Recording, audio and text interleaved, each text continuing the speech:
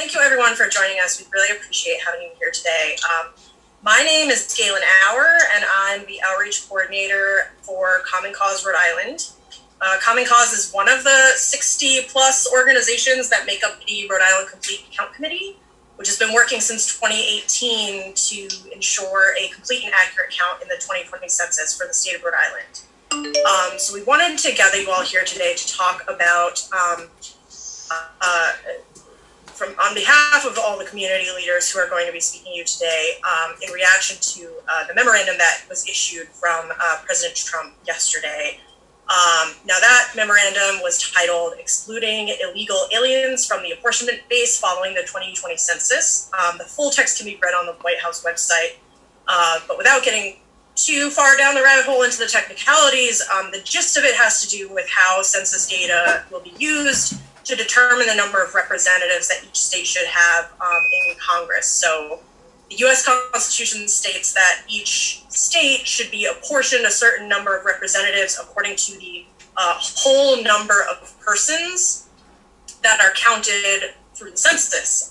So essentially what this memorandum seeks to do is to redefine who should be counted as a person for the purposes of apportioning those representatives to the U.S. House of Representatives by excluding non-citizens from census data that would be used to make that determination.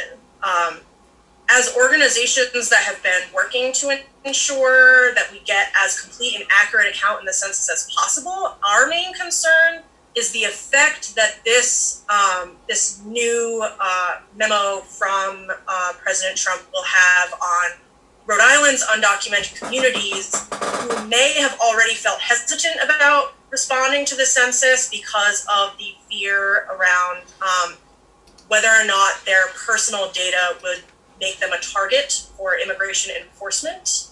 And the timing of this memo in particular, it's 3 weeks to the day. Yesterday was 3 weeks to the day before the Census Bureau was set to start its door knocking phase to follow up with non-responsive households. The timing means it's likely to cause heightened fear in communities with a lot of undocumented individuals. So we wanted to gather here to address some of those concerns, talk about the memo. So with that, I will introduce all of our speakers here today. We have Mayor James Diossa from the city of Central Falls, who is also the co-chair of the Rhode Island Complete Count Committee, along with Director Courtney Hawkins from the Department of Human Services. We have Council President Sabina Matos from the city of Providence. We also have Marcelo Bettencourt from the Latino Policy Institute, and Marcella is a member of the Rhode Island Complete Count Committee as well. And we have Shinaba Shea from the Center for Southeast Asians, whose organization has been one of our partner organizations in working on census outreach. So with that, I guess I'll turn it over to you, Mayor Diossa, to kick us off. Thank you, Galen, and thank you to my colleagues. I see Council President Sabina Matos, Marcela, Shinavi, great to see you all, even if it's through Zoom, but under the unfortunate circumstances that, again, there's a fascination around the census of deterring people to participate, understanding how fundamental the census count is for the future of this country, not only the future of this country, for our state, for Central Falls, and the roadblocks that this president has tried to create for political expediency, which is the biggest concern that I think many of us share. And so this now new memorandum to try to give benefit when it comes to the time of apportionment for congressional seats to those who are of his political party, unfortunately. So I think the most important thing about this call is we stay committed as representing communities of color, communities of hard to count, to make a very clear message to all these constituencies to let them know that this information cannot be shared with any federal agency we should not be concerned about anyone showing up to your door that's not a census official. So making this point very clear is important so that we try our best in Rhode Island to get a very accurate count. And I'll say that as a co-chair of the Rhode Island Complete Count Committee, we have worked very hard and spent a large amount of resources making sure that the hard count communities, which in part is pretty much the whole city of Central Falls and pockets of Pawtucket, Providence, Woonsocket, and so forth, that they feel already under the pressures of this administration, fear that's been created, that they can feel safe to fill out this information, and that not only submitting this information is safe, but also beneficial for the communities that they serve, that they live in, so that the resources and services are there for them, such as education, community health centers, infrastructure, that are critical for any future of any community. So I think it's pretty simple. My city solicitor right now is on a call about suing the administration about this latest attempt.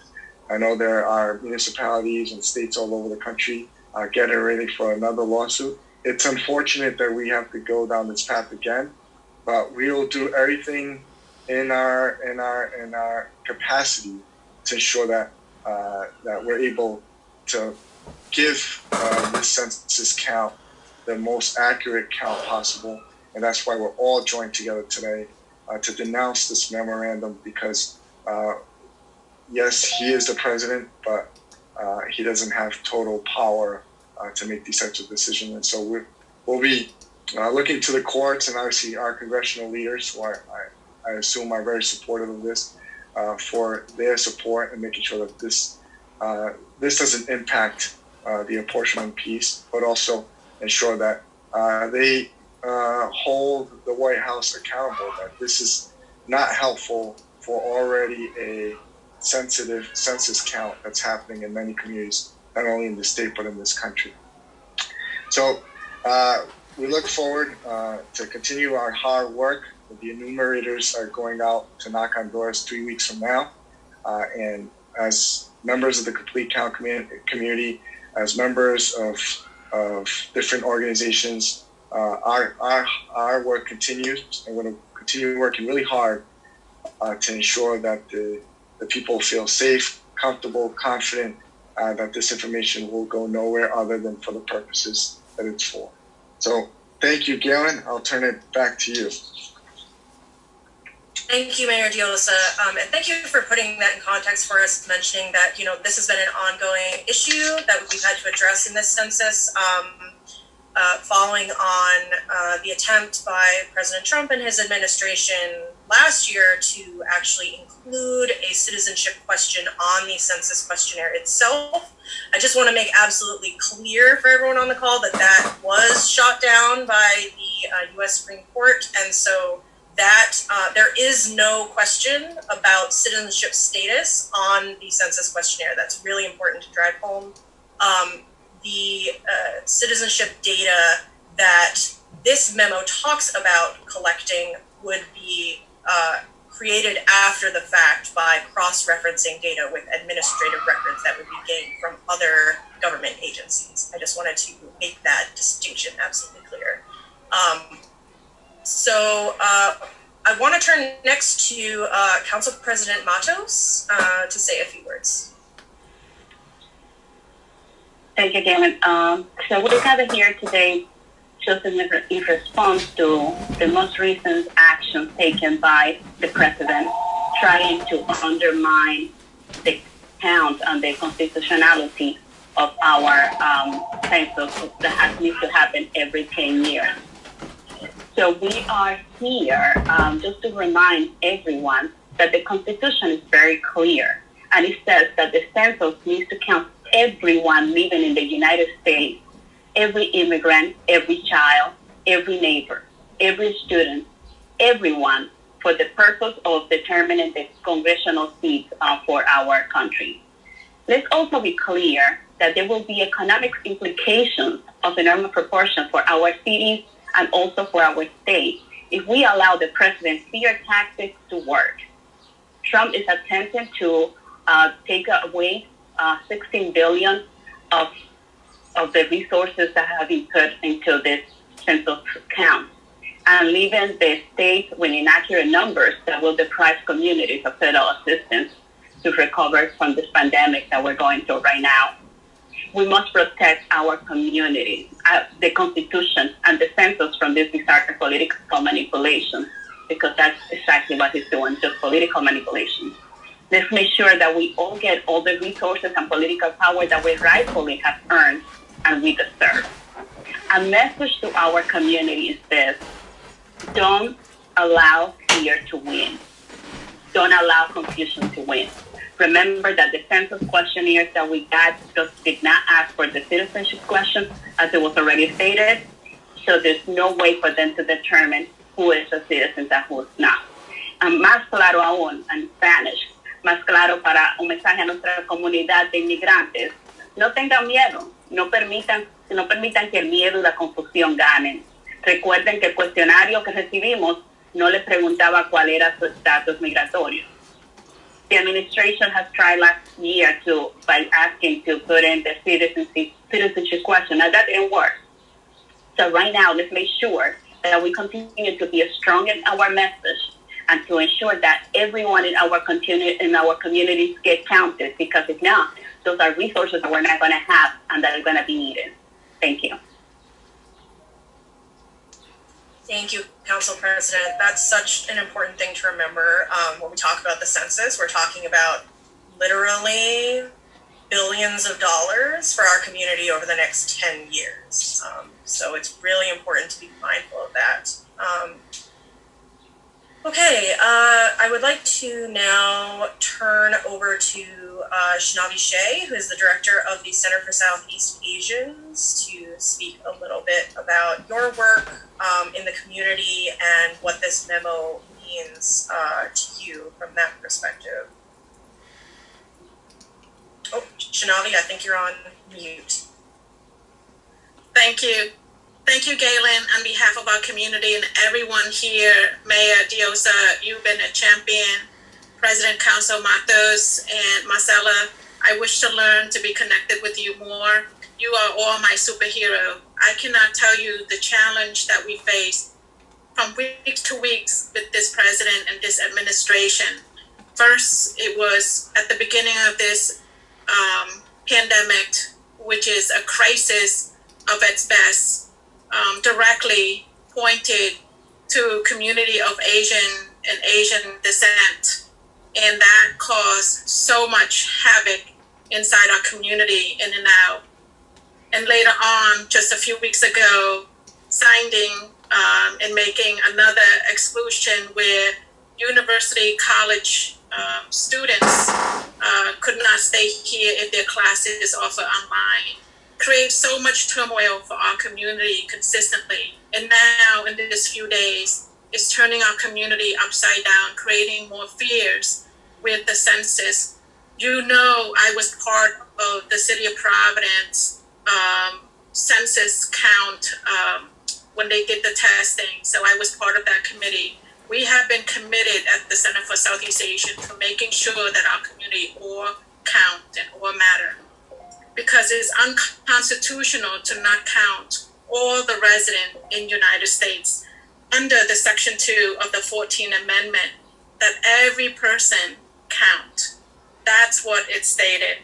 And that everyone, no exception for immigration status, no secret language here.